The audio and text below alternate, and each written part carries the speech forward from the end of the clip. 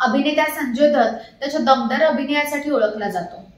त्याचसोबत त्याच्या कुटुंबाचं राजकारणाशी गहिरं नातं आहे. सध्या लोकसभा निवडणुकीच्या पार्श्वभूमीवर संजय दत्त हे राजकारणात प्रवेश करणार असल्याची चर्चा आहे. हरियाणामधील कर्नाल मतदारसंघातून काँग्रेस पक्षाकडून त्याला तिकीट देण्यात येईल असं म्हटलं जात आहे. मात्र या चर्चा केवळ अफवा असल्याचं संजय दत्तनं स्पष्ट केलं आहे. सध्या तरी निवडणूक लढणार नसल्याचं आणि भविष्यात राजकारणात प्रवेश करण्याचा विचार केला तर त्याविषयी स्वतःच जाहीर करणार असल्याचं त्यांनी सांगितलं आहे.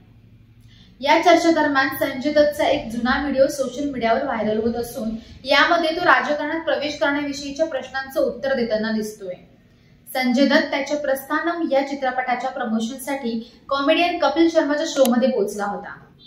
तेव्हा कपिलने संजय दत्तला विचारले होते, या चित्रपटात तुम्ही म्हणतायत की राजकारण म्हणजे सिंहाची स्वारी, उतरल्यास विषय संपला. तुमच्या वडिलांनी सिंहाची स्वारी केली होती, बहीण सिंहाची स्वारी करते आणि आता तुमचा विचार काय आहे? या प्रश्नाचा संजय दत्तने अत्यंत मजेशीरपणे उत्तर दिलं होतं. मला गाढवाची स्वारी आवडते. हे ऐकून उपस्थितांमध्ये एकच हशा पिकला होता. संजय दत्तने नुकतेच त्याच्या राजकारणातील प्रवेशाच्या चर्चांवर मौन सोडलं आहे. सोशल मीडियावर त्याने लिहिलंय, मी माझ्या राजकारणातील प्रवेशाबाबतच्या सर्व अफवांना पूर्णविराम देतो. मी कोणत्याही राजकीय पक्षात सहभागी होत नाहीये किंवा निवडणूक लढवत नाहीये. जर मी राजकारणात प्रवेश करण्याचा निर्णय घेतला तर त्याची घोषणा मी स्वतःच करेन. कृपया माझ्याबद्दल सध्या ज्या चर्चा होत आहेत त्यावर विश्वास ठेवू नका. संजय दत्त राजकारणात प्रवेश करण्याविषयीच्या या चर्चा पहिल्यांदाच होत नाही. याआधी 2019 मध्ये संजय दत्तने महाराष्ट्राचे मंत्री महादेव जानकर यांचा दावा फेटाळून लावला होता.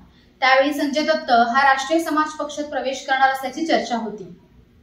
तर अशीच नवीन आणि ताजी व्हिडिओज पाहण्यासाठी देशदूतच्या सोशल मीडिया प्लॅटफॉर्मला लाईक करा, शेअर करा आणि सबस्क्राईब करा. धन्यवाद.